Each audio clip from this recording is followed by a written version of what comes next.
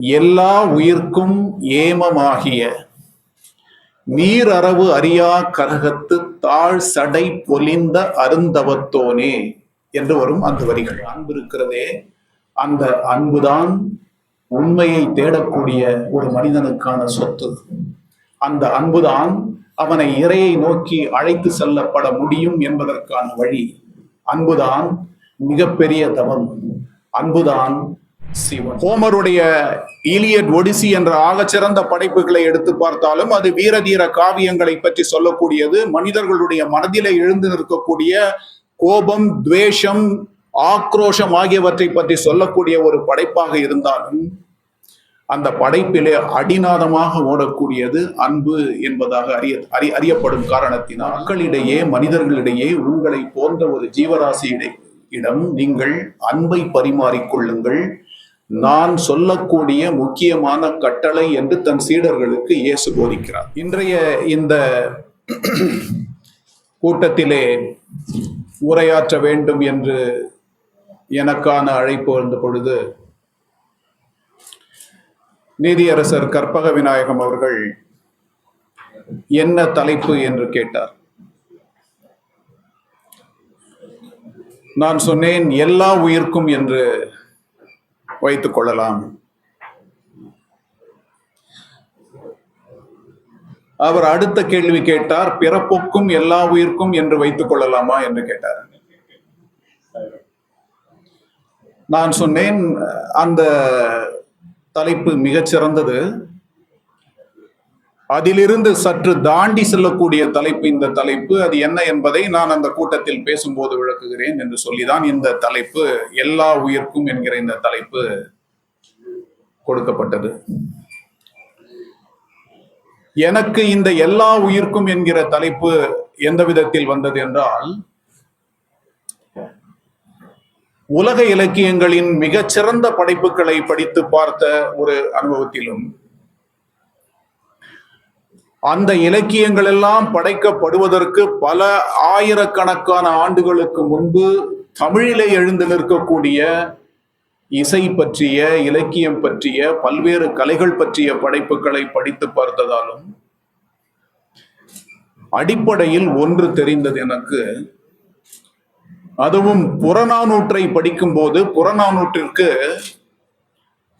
ஏதோ புறநானூறு என்பது தமிழிலே எழுதப்பட்ட பாடல்கள், தமிழ் நாட்டை சார்ந்த விஷயங்கள் மட்டும் தாங்கி நிற்கக்கூடிய பாடல்கள் என்றெல்லாம் பலரும் சொல்லியிருக்கிறார்கள். பின்னால் வந்த அறிஞர்கள் பலர் அப்படி அல்ல, அது உலகத்தினுடைய இயக்கம் சார்ந்த அணுவியல் தத்துவத்தில் இருந்து துவங்கி வாழ்வின் அனைத்து கூறுகளையும் உள்ளடக்கிய ஒரு அற்புதமான படைப்பு என்று சொல்லியிருக்கிறார்கள். அதையெல்லாம் படித்து பார்த்த பின்னால் 2000 ஆண்டுகளுக்கு முன்பு எழுதப்பட்டு தொகுக்கப்பட்ட அந்த படைப்பிற்கு பாரதம் பாடிய பெருந்தேவனார் என்பவர் ஒரு பாயிரம் பாடுகிறார். பாயிரம் என்பது ஒரு தொகுப்பிற்கு முன்னுரை போல எழுதக்கூடிய ஒரு பாடல். அந்த பாடல் மிக நீண்ட பாடல். கண்ணிக்கார் நரும் கொன்றை, காமர் வண்ண மார்பின் தாரும் கொன்றை, ஊர்திவால் வெள்ளேரே என்று துவங்கி நீண்ட ஒரு பாடல் அந்த பாடல். அந்த பாடலின் முக்கியமான பகுதியாக ஒரு 4-5 வரிகள் வரும். அது என்னவென்றால், எல்லா உயிர்க்கும் ஏமமாகிய நீரறவு அறியா கரகத்து தாழ் சடை பொலிந்த அருந்தவத்தோனே என்று வரும் அந்த வரிகள். முதலில் இது சாதாரணமாகப்பட்டது. பின்னால் அதை மீண்டும் மீண்டும் படிக்கையிலே அதற்கு மிகச்சிறந்த புலியூர் கேசிகனில் ஆரம்பித்து அதற்கு முன்பு புறநானூற்றுக்காக எழுதப்பட்ட உரைகள் அதையெல்லாம் எடுத்து படித்து பார்த்த பொழுது, உலகத்தின் இயக்கம் அணுக்கதிர் தத்துவத்தால் ஆனது. அணுக்கதிர் தத்துவம் அனைத்து உயிர்களுக்குமானது. அனைத்து உயிர்களையும் ஒன்றிணைத்து இயங்க செய்யக்கூடியது ஒருமித்த சிந்தனை. அந்த ஒருமித்த சிந்தனை என்னவென்றால், எல்லா உயிர்களையும் தம்மை போலவே பாவிப்பது. எல்லா உயிர்களையும் தம்மை போலவே பாவிக்க முடியும் என்றால், நினைக்க முடியும் என்றால், கருத முடியும் என்றால், அந்த நிலைமை இறை என்கிற நிலைமைக்கு நம்மை கொண்டு செல்லுமா? இப்படி எழுதியிருந்தார் ஒருவர் ஒரு உரை. அதனால் எல்லா உயிர்களையும் ஈர்த்து அந்த உயிர்களை தம்மை போலவே நினைத்து அந்த நினைப்பு உயிர்களின் மீது ஏற்படக்கூடிய அன்பாக மாறி நிற்கும் என்றால் அந்த அன்புதான் உலகத்தில் தோன்றியிருக்கக்கூடிய அனைத்து உயிர்களுக்கும் பொதுவானது, அதுவே எல்லா உயிர்க்குமானது என்று கருதி இந்த தலைப்பு.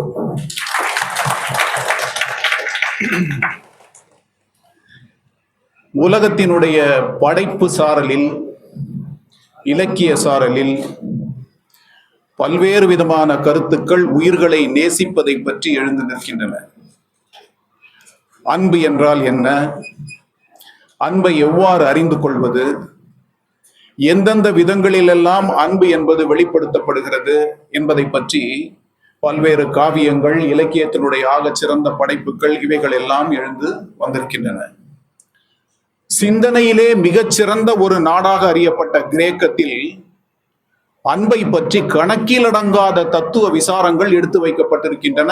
அவை அத்தனையுமே 2000 ஆண்டுகளுக்கு முன்பு ஹோமருடைய ஈலியட், ஒடிசி என்ற ஆகச்சிறந்த படைப்புகளை எடுத்து பார்த்தாலும் அது வீரதீர காவியங்களை பற்றி சொல்லக்கூடியது. மனிதர்களுடைய மனதிலே எழுந்து நிற்கக்கூடிய கோபம், துவேஷம், ஆக்ரோஷம் ஆகியவற்றை பற்றி சொல்லக்கூடிய ஒரு படைப்பாக இருந்தாலும் அந்த படைப்பிலே அடிநாதமாக ஓடக்கூடியது அன்பு என்பதாக அறியப்படும் காரணத்தினால் கிரேக்கத்தினுடைய தத்துவங்கள் சொல்கிறது, அன்பு என்பது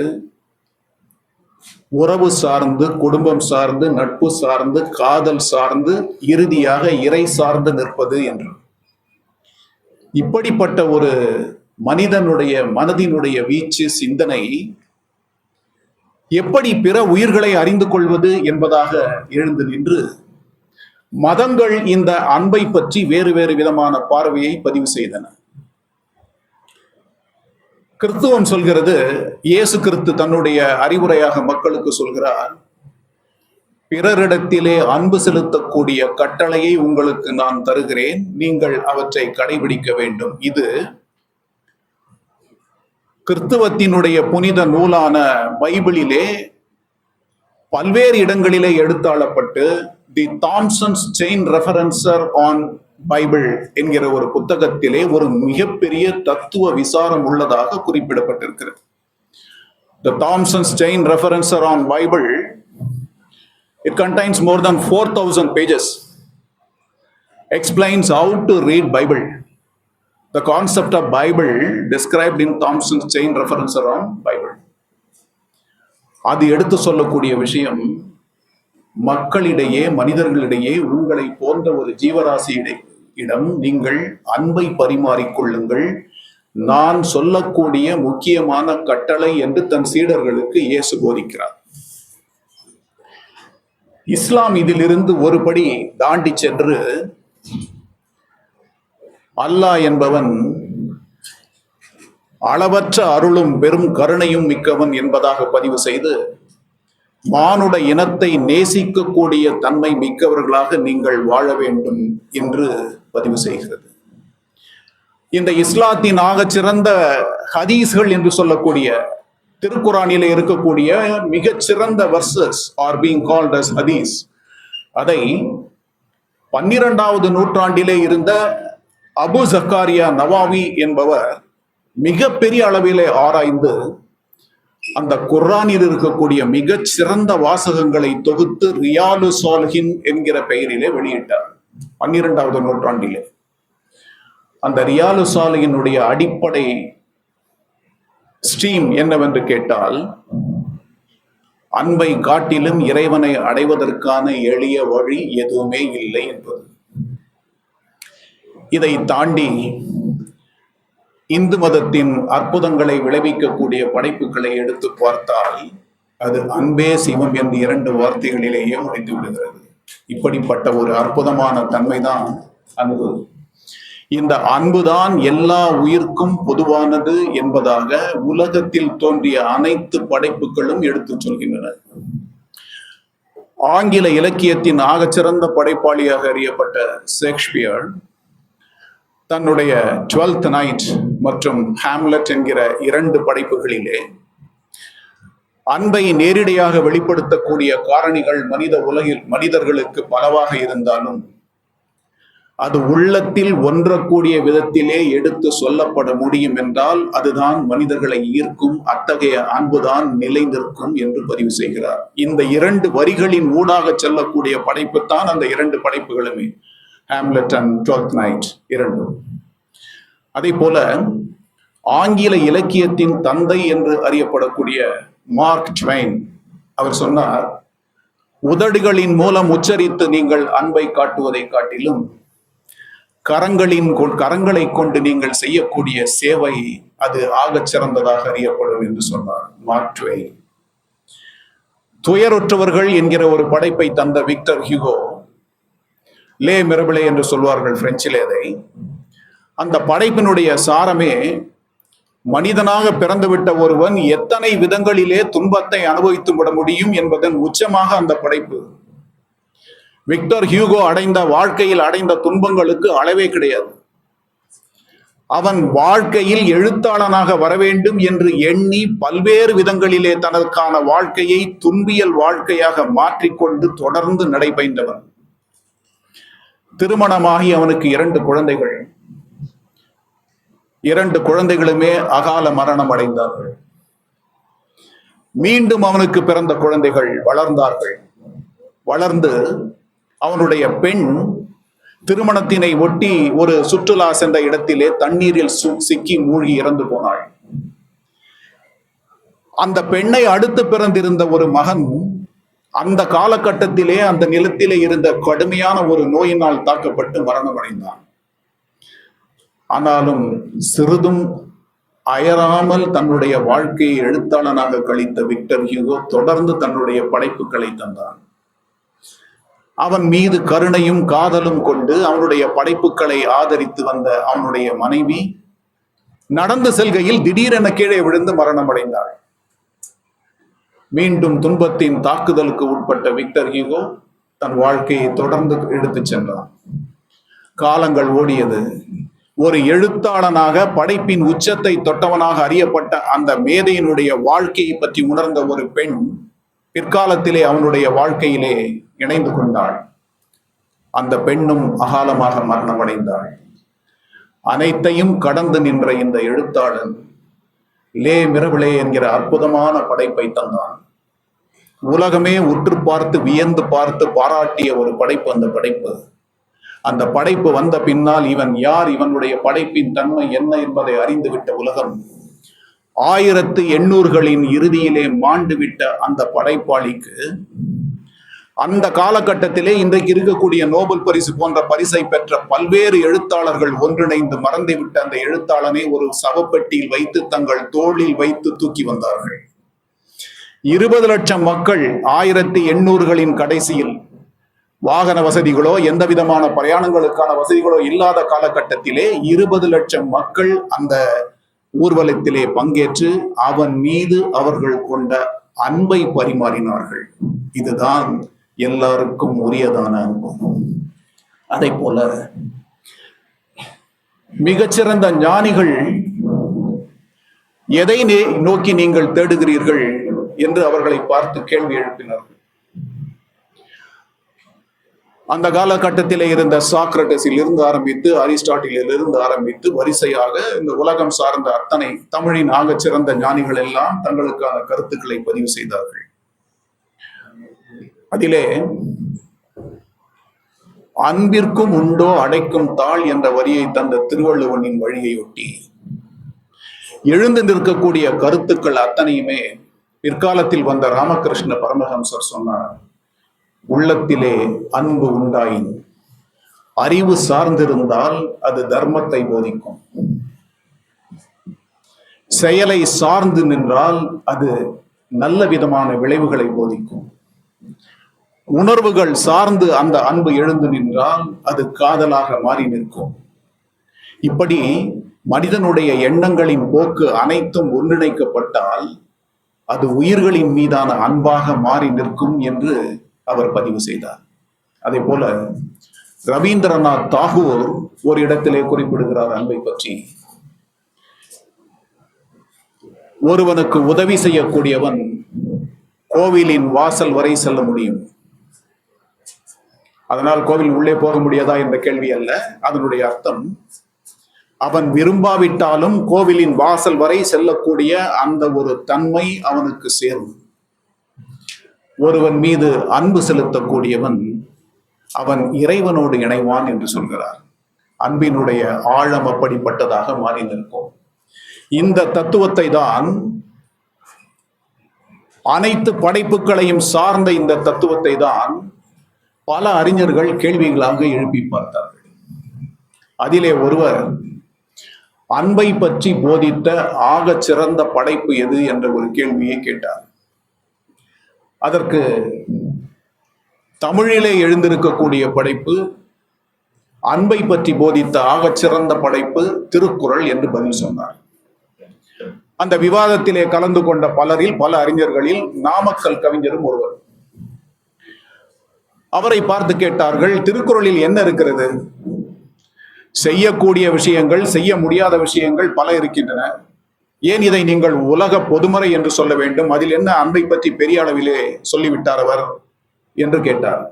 அதற்கு முதலில் நான் ஏன் திருக்குறளை சிறந்த ஒரு உலகத்தின் சிறந்த படைப்பாக கருதுகிறேன் என்பதை சொல்கிறேன், அதற்கு பின்னால் 2 குறட்பாக்களை சொல்கிறேன் என்று அவர் சொன்னார்.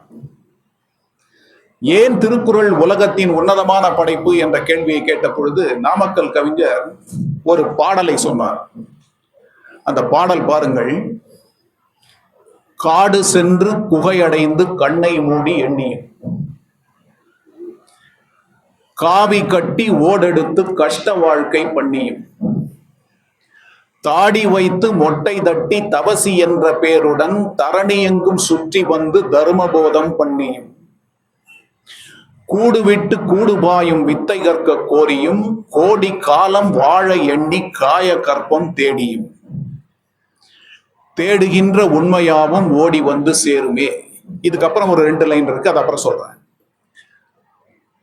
காடு சென்று குகையடைந்து கண்ணை மூடி எண்ணியும், காட்டிற்கு செல்லுங்கள், குகைகளை தேடுங்கள், குகைகளின் உள்ளே அமர்ந்து கண்ணை மூடி நீங்கள் உங்களால் அறிந்து விடப்பட்ட பல்வேறு மந்திரங்களை எல்லாம் சொல்லி நீங்கள் தியானம் செய்தாலும் உண்மையின் உட்பொருள் என்று அறியப்படக்கூடிய ஒன்று எளிதில் புலப்படாது.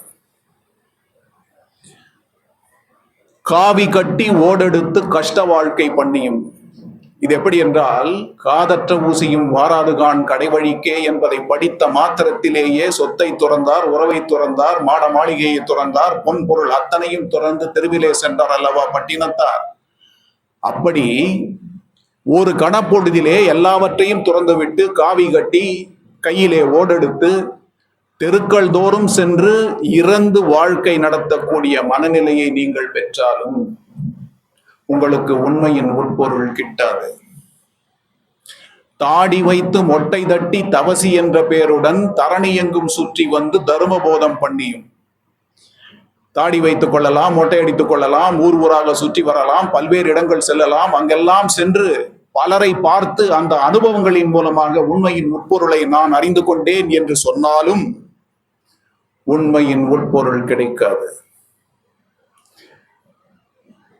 கோடி காலம் கூடு விட்டு கூடுபாயும் வித்தை கற்க கோரியும், கூடு விட்டு கூடுபாயும் வித்தையை கற்றுக்கொண்டு அறிவில் சிறந்த ஞானவான்களின் உடலில் நுழைந்து அவர்கள் காலத்திற்கு பின்னால் அவர்களின் உடலிலே நுழைந்து ஞானத்தை அடைந்து விட்டேன் என்று நினைத்தாலும் உண்மையின் உட்பொருள் கிட்டாது.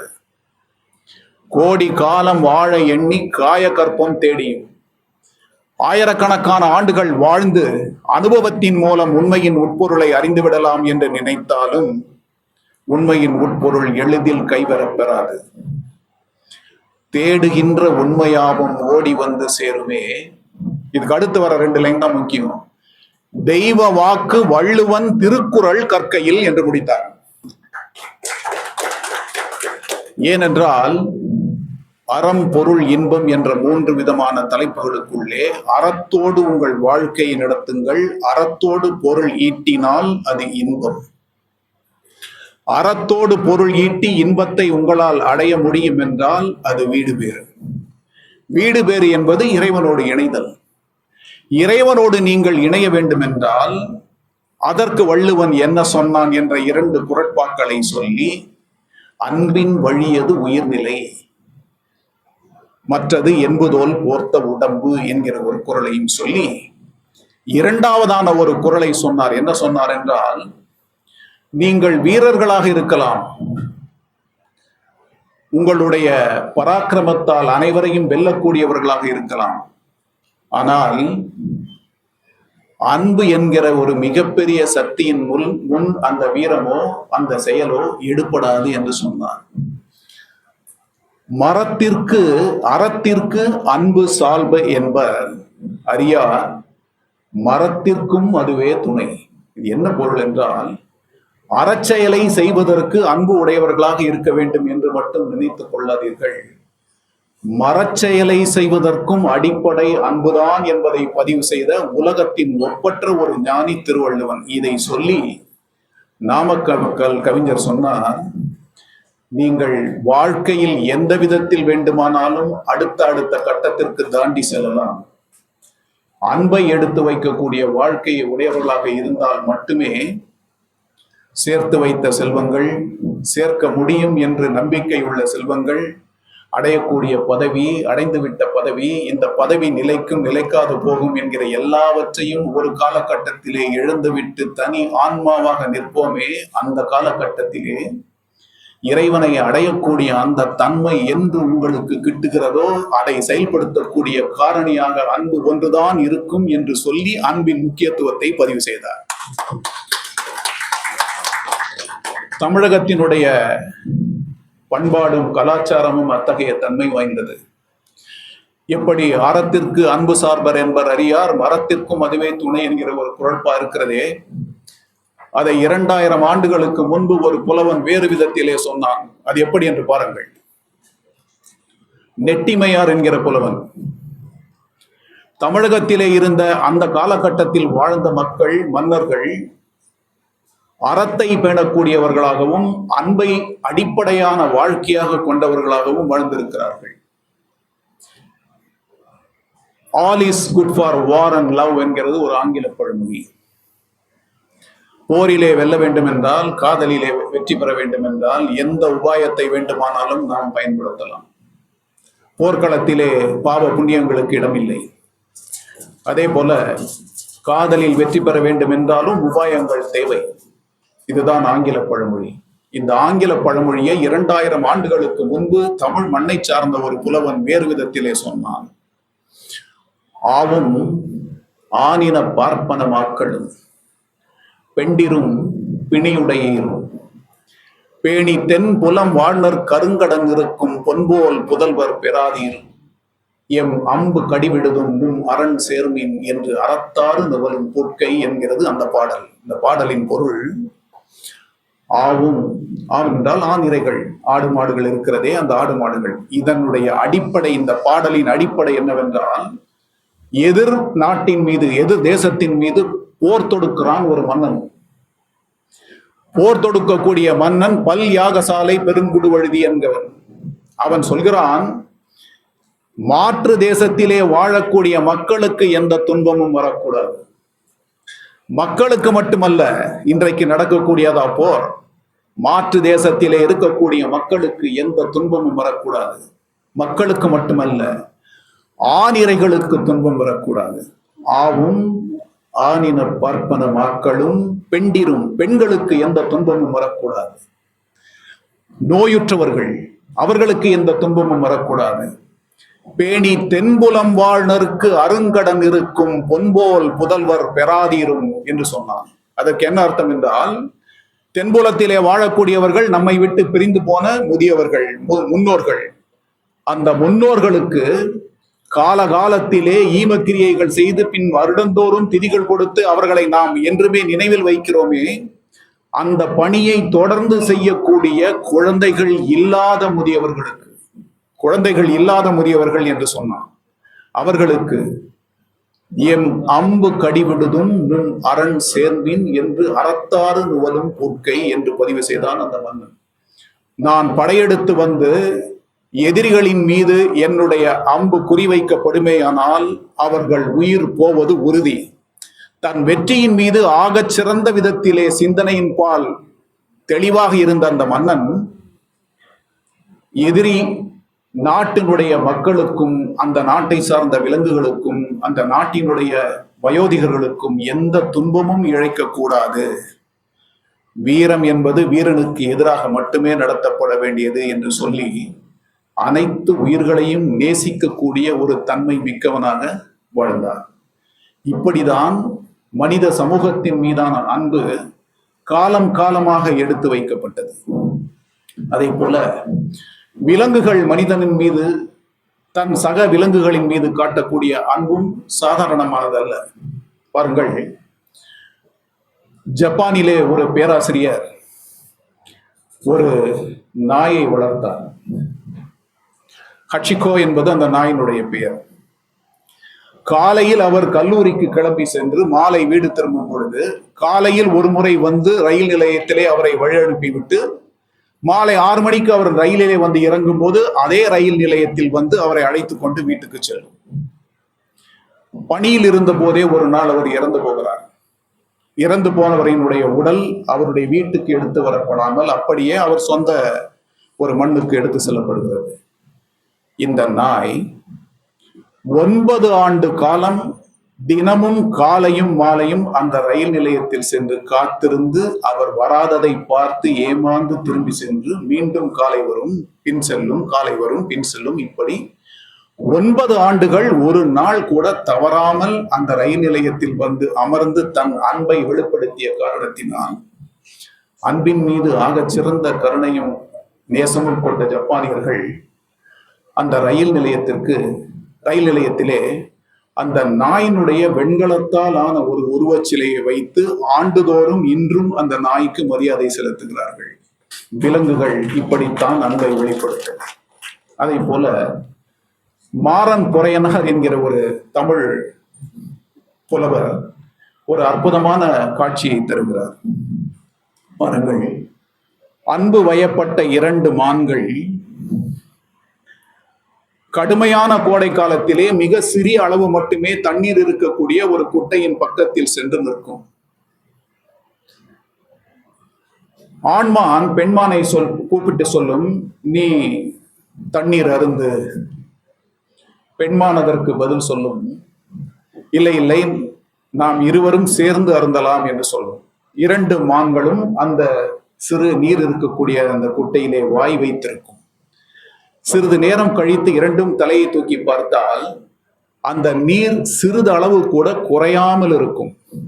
மாறன் பொறையனார் இந்த பாடலை சொல்லும் பொழுது சொல்வார், ஆண்மானின் மீது அதீத காதல் கொண்ட அந்த பெண்மான் ஆண்மான் முதலில் தன் தாகத்தை தீர்த்து கொள்ளட்டும் என்று குடிப்பது போல நடிக்க, பெண்மான் ஆண்மான் தாகத்தை தீர்த்து கொள்ளட்டும் என்று எண்ணி அதுவும் நடிக்க, தண்ணீர் சிறிதளவும் குறையாமல் இருக்கிறதே, இதை காட்டில அன்பை சொல்வதற்கு வேற என்ன இருக்கிறது என்று சொன்னார் அந்த பாடலிலே. இது தமிழகத்தினுடைய ஒரு கலாச்சாரத்தின் வீச்சு. அதை போல ஒரு தாய் தன்னுடைய பெண்ணை வளர்க்கையிலே வீட்டின் தோட்டத்திலே இருக்கக்கூடிய ஒரு சிறு பரப்பிலே அவளை விளையாட அனுமதிப்பாள். மிகவும் சுட்டித்தனம் மிக்க அந்த பெண்ணை அடக்குவதற்காக அவள் என்ன செய்வாள், புன்னை மரத்தின் விதை ஒன்றை கொடுத்து, இதோ பார், இந்த இடம் சும்மா தானே இருக்கிறது, இதிலே இந்த விதையை நட்டு தினமும் நீ தண்ணீர் ஊற்றி அந்த தண்ணீரை நீ கொடுத்து கொண்டே வந்தால் இந்த செடி அழகாக வளரும் என்று சொல்வாள். அப்படி அந்த பெண் விதையை நட்டு தண்ணீர் ஊற்றி அந்த செடி சிறிது சிறிதாக வளர்ந்து வரும். ஒரு காலகட்டத்திலே இவளுக்கும் அதிக உயரத்தில் செல்லும் அந்த செடி. உடனே இந்த பெண் நினைத்துக் கொள்வாள், இவள் என்னை விட வேகமாக இந்த செடி வளர்கிறதே என்று சொல்லி அதற்கு தனக்கு கொடுக்கக்கூடிய உணவு, சிறிது நெய், இவற்றை எல்லாம் கலந்து அந்த செடிக்கு போட்டுக்கொண்டே வருவாள். அம்மா சொல்வாள், நீ அது வளர்ந்து இருக்கிறது என்று நினைக்காதே, அது வேகமாக வளர்ந்தால்தான் உனக்கு நிழல் தரும். இந்த செடி உன்னுடைய தங்கை, இதை நீ யாரும் தொட்டு விடுவதற்கு அனுமதிக்க கூடாது என்று சொல்லி அந்த செடியை வளர்க்குமாறு அந்த பெண்ணுக்கு சொல்வாள். இந்த பெண் வளர்ந்து ஒரு குமரி ஆவாள். அவளை பார்ப்பதற்காக அந்த பெண்ணினுடைய காதலன் வருவான். இந்த பெண் வீட்டில் இருக்கக்கூடியவர்கள் மத்தியில் பேச முடியாது என்று சொல்லி தோட்டத்தின் பக்கத்திலே அவனை அழைத்து கொண்டு எந்த புன்னை மரத்தை அவள் நீரூற்றி சோறூட்டி வளர்த்தாளோ அந்த புன்னை மரத்தின் அடியில் நின்று அவனிடம் பேசுகையிலே அவன் சொல்லக்கூடிய காதல் மொழிகளை கேட்டுவிட்டு அவள் ஒரு வார்த்தை சொல்வாள். எனக்கு மிகவும் நாணமாக இருக்கிறது, இந்த புன்னை மரம் என்னுடைய தங்கை என்று சொல்லிக் கொடுத்தே நான் இந்த புன்னை மரத்தை வளர்த்திருக்கிறேன். தங்கை அருகில் இருக்கும் பொழுது காதலனோடு காதல் மொழிகளை பேச முடியுமா? இந்த புன்னை மரம் என் இதயத்திலே அப்படிப்பட்ட இடத்தை வகிக்கிறது, வேறு இடத்திற்கு நாம் செல்லலாம் என்று விலகி சொல்வார். அம்மா நானதும் புன்னை அதன் சிறப்பே என்று முடியும் அந்த பாடல். இப்படி மரத்தை கூட தன்னுடைய உறவாக, அன்பாக, அன்பிற்கு உரிய ஒரு உயிராக நேசித்த மண் இந்த மண். அதே போல ஒரு வசதியான குடும்பத்திலே வாழ்ந்த ஒரு பெண், எப்படிப்பட்ட வசதி என்றால், ஒரு கிண்ணத்திலே சோறு வைத்து பாலூட்டி, ஒன்றுக்கு 4-5 வேலைக்காரர்கள் அவள் பின்னால் ஓடி சென்று அவளை உணவருந்த வைத்து, அப்படியெல்லாம் செல்வ சீரோடு வளர்க்கப்பட்ட அந்த பெண் திருமணமாகி தன்னுடைய கணவனினுடைய வீட்டிற்கு செல்வாள். குறுந்தொகையிலே வரக்கூடிய இந்த பாடல் மனதை அப்படியே கவரக்கூடிய ஒரு பாடல். அந்த பெண்ணை பார்ப்பதற்காக அந்த பெண்ணினுடைய தந்தை அவளுடைய வீட்டிற்கு வருவான். அப்பொழுது இந்த காலம் போல அந்த காலத்திலும் இருந்திருக்கிறது. அவளுக்கு சமைக்கவோ எதுவும் தெரியாமல் மிக செல்லமாக வளர்த்து விட்ட ஒரு பெண். அப்பா அந்த வீட்டினுடைய உள்ளே நுழைகையில் அந்த பெண் மிகவும் பதமாக வடித்தெடுக்கப்பட்ட சோற்றில் வெண்ணெய் திரண்டு நிற்கக்கூடிய தயிரை ஊற்றி தன்னுடைய விரல்களால் அதை பிசைந்து அந்த தயிர் உணவிற்கு ஏற்ற விதத்திலே புளியினால் தயாரிக்கப்பட்ட ஒரு குழம்பையும் தயார் செய்து, அந்த குழம்பை தயார் செய்வதற்குள் அவள் கண்ணிலும் தலையிலும் முகத்திலும் கரி படர்ந்து, பிசைந்த கைகளிலே ஒட்டி இருக்கக்கூடிய தயிரை தன்னுடைய பட்டு புடவையிலே துடைத்து விட்டு கணவனை அமர வைத்து அவனுக்கு அந்த சோறை பரிமாறி, அவன் 2 கவளம் எடுத்து அந்த சோறை உண்ணும் பொழுது அவன் முகத்திலே வரக்கூடிய மலர்ச்சியை பார்த்து தானும் மலர்ந்து தன் அன்பை வெளிப்படுத்தியதாக அந்த பாடலிலே அந்த புலவன் சொல்வான். இங்கே வசதிகள், வாழ்க்கையினுடைய தராதரங்கள் ஆகியவை முக்கியமல்ல.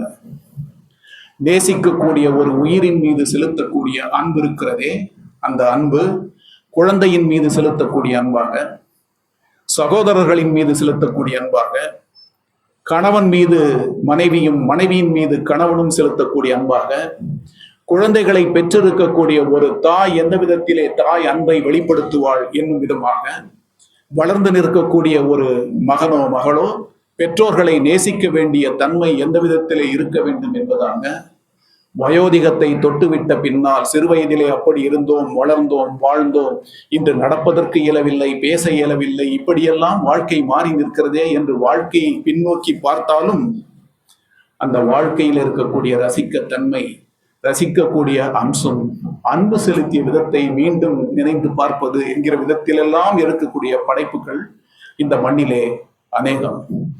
பக்தி இலக்கியம் அப்படித்தான். இறைவனை ஒரு பக்தனாக பார்ப்பதா, இறைவன் மீது காதலாகி கசிந்துருகி நிற்பதா என்கிற கேள்வியை எல்லாம் பக்தி இலக்கியம் சார்ந்தவர்கள் எழுப்பியிருக்கிறார்கள். நாவுக்கரசர் 60 வயதுகளை கடந்த பின்னால் தான் இறை தன்மையை பற்றி உணர்கிறார். தர்மசேனர் என்கிற பெயரோடு சமணம் தழுவி பல்வேறு விதங்களிலே அலைந்து திரிந்தாலும் இறுதியிலே நாவுக்கரசர் இறைவனை உணர்ந்த ஒரு தலமாக திரு அதிகை வீரட்டானம் என்கிற ஒரு தலம். அந்த தலத்திலே கூற்றாயினவாறு விளக்ககலீர் கொடுமைகள் செய்தனன் நான் அறியேன் என்கிற ஒரு பாடலை பாடி இறைவனின் மீது தன் அன்பை வெளிப்படுத்தி அவர் சிவத்தை உணர்ந்தார் என்பது இந்த திருமுறைகளின் வரலாறு. அவர் சிதம்பரத்திற்கு செல்கையிலே சிதம்பரத்தின் எல்லையிலே அவரை தடுத்து நிறுத்துவார்கள். தடுத்து நிறுத்தி இந்த தலத்தில் இருக்கக்கூடிய இறைவனை பார்ப்பதற்கு இந்த உபாயங்களை எல்லாம் நீங்கள் செய்ய வேண்டும் என்று சொல்வார்கள். உடனே அவர் இறைவனை நோக்கிய ஒரு கேள்வியை எழுப்புவார். பக்தனாய் பாடமாட்டேன் பரமனே பரமயோகி, எத்தினார் பக்தி செய்யேன் என்னை நீ இகழ வேண்டாம். அந்த காலகட்டத்திலேயே சிவபெருமானுக்கு இவர் சவால் விடுகிறார். பக்தனாய் பாடமாட்டேன், பக்தன் என்றால் உன்னை கண்டு பயப்பட வேண்டும் என்று நினைத்துக் கொள்ளாதே. பக்தனாய் பாடமாட்டேன் பரமனே பரமயோகி, எத்தினார் பக்தி செய்யேன் என்னை நீ இகழ வேண்டாம். அதை சொல்லிவிட்டு அடுத்தது அவருடைய அன்பு பாருங்கள். முத்தனே மூல முதல்வனே தில்லையம்பலத்தாடுகின்ற அத்தா, நீ ஆடல் காண்பேன் அடியனேன் வந்தவாறே என்னை நீ அனுமதிக்க வேண்டும் என்று சொல்வார். இதிலே கடவுள் என்பதை உணர்ந்து விட்டவன், தன்னை இழக்கக்கூடியவனாக இருக்கவன் எவனோ அவன் கடவுள் என்பதை எளிதில் உணர்ந்து விடுவான். தன்னை உணர வேண்டும், தன்னிலிருந்து விலக வேண்டும், தன்னிலிருந்து விலகி எதிரில் இருக்கக்கூடியவர்கள் அனைவருமே தன்னை போன்றவர்கள் என்று உணர வேண்டும். அப்படி உணர்ந்தால் அடுத்த நிலை இறைமைதான். இறைவனுக்கும் நமக்குமான இடைவெளி அந்த இடத்திலேயே அணைந்து போகும். அப்படி தன்னுடைய பக்தியின் உச்சத்தை தொட்டவர் அவர் அன்பின் வெளிப்பாடோடு ஒரு பாடலை சொல்வார். தேடி கண்டு கொண்டேன் மாலும் நான்முகனும் தேடி தேடனா தேவனை என்னுள்ளே தேடி கண்டு கொண்டேன் என்று நாவுக்கரச பெருமான் இறைவனை மிக அற்புதமாக எடுத்து பாடுவார்.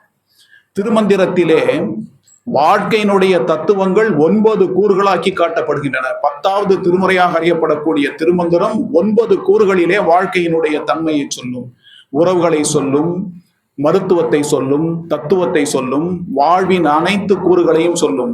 96,000 நரம்புகள் இந்த உடலிலே இருக்கின்றன. எந்த நரம்பினுடைய அடிப்படை தன்மையை எந்த நரம்பால் தொட்டால் இந்த விதமான நோய்கள் உருவாகும் அல்லது நோய்கள் தெளிவாகும் என்பதையெல்லாம் சொன்ன அந்த திருமந்திரம் உன்னதமான ஒரு பாடலாக சொன்ன ஒரு பாடல்.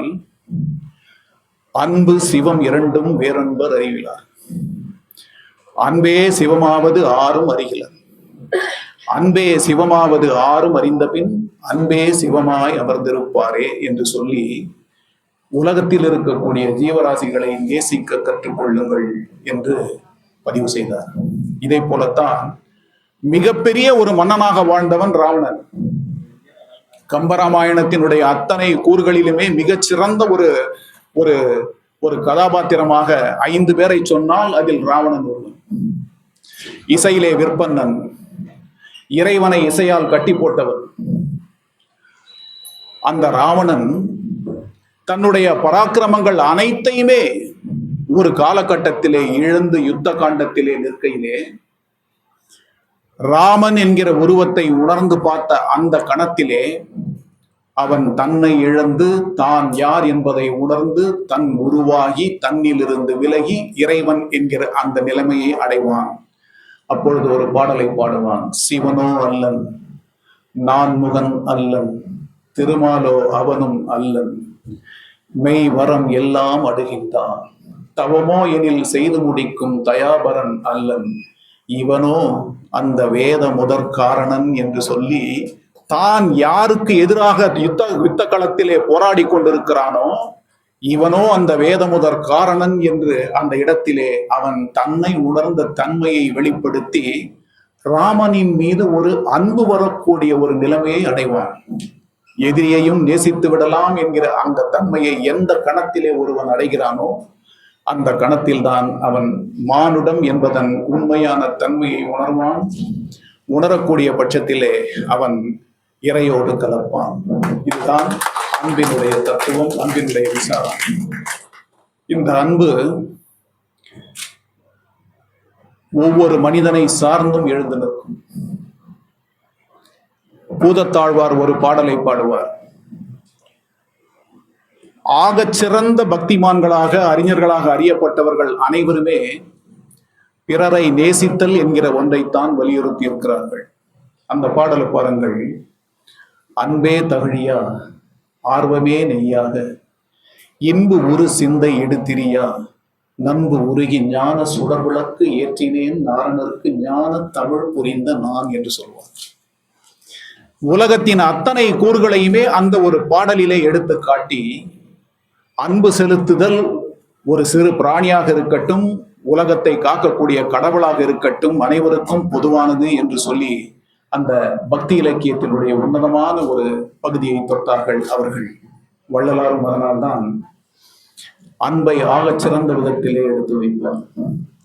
எல்லா உயிர்களிடத்தும் அன்பு செலுத்தக்கூடிய அந்த தன்மையை இறைவா எனக்கு நீத்தா என்று கேட்டார்.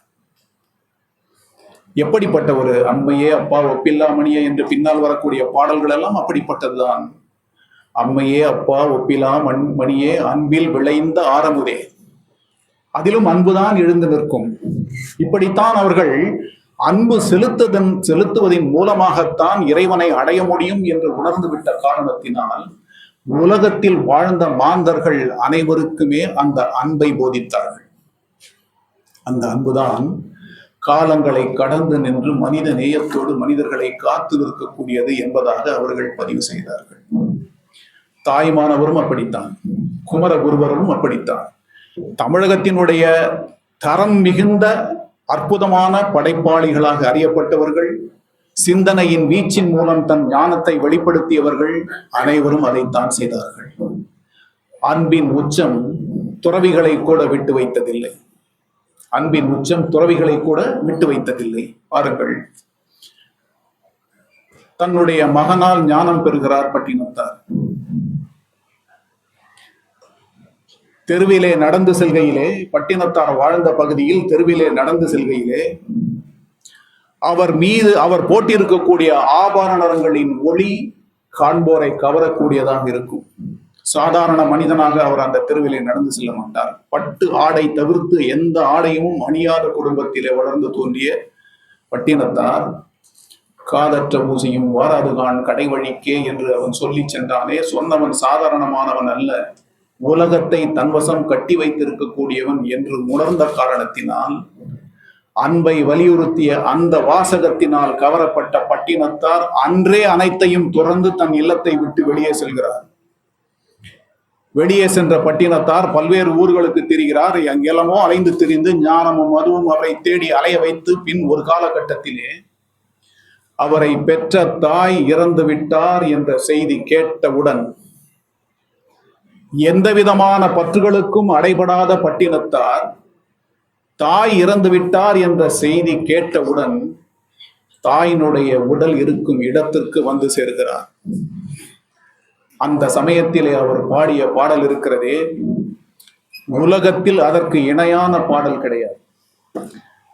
ஐயிரண்டு திங்களாய் அங்கமெல்லாம் வந்து பெற்று பையலென்ற போதே பரிந்தெடுத்து செய்ய இருவரும் கரமேற்றி கனக முலை தந்தாளை எப்பிறப்பில் காண்பேன் இனி என்று சொன்னார்.